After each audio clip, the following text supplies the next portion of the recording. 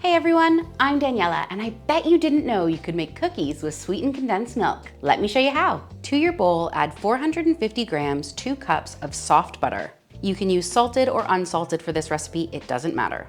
Give the sides of the bowl a little scrape. This is just to make sure when we add in our milk, it combines easily. Preheat your oven to 160 degrees Celsius or 325 degrees Fahrenheit. If you have a fan, you want to make sure it's turned off for this recipe.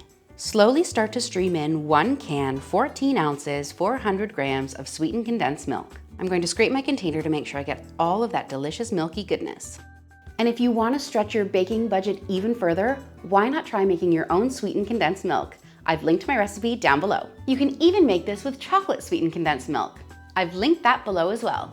You'll want to mix this on a medium speed for 2 minutes, making sure you scrape down the side of the bowl halfway in between.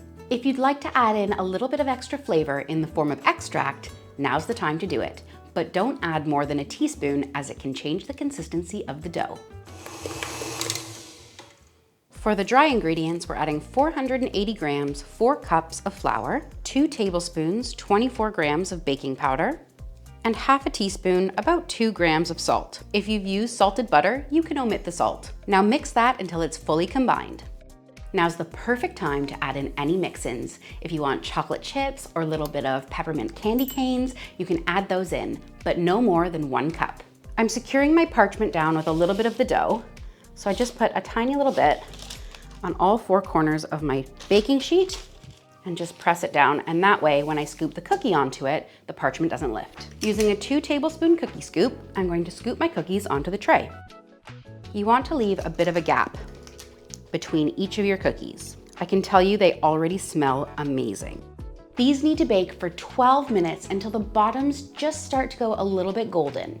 You want that beautiful white color to be reminiscent of a snowball. These need to stay on the tray for about 5 minutes before we move them to a cooling rack. You can freeze them like this for up to 3 months, and before serving, give them a healthy dusting of icing sugar.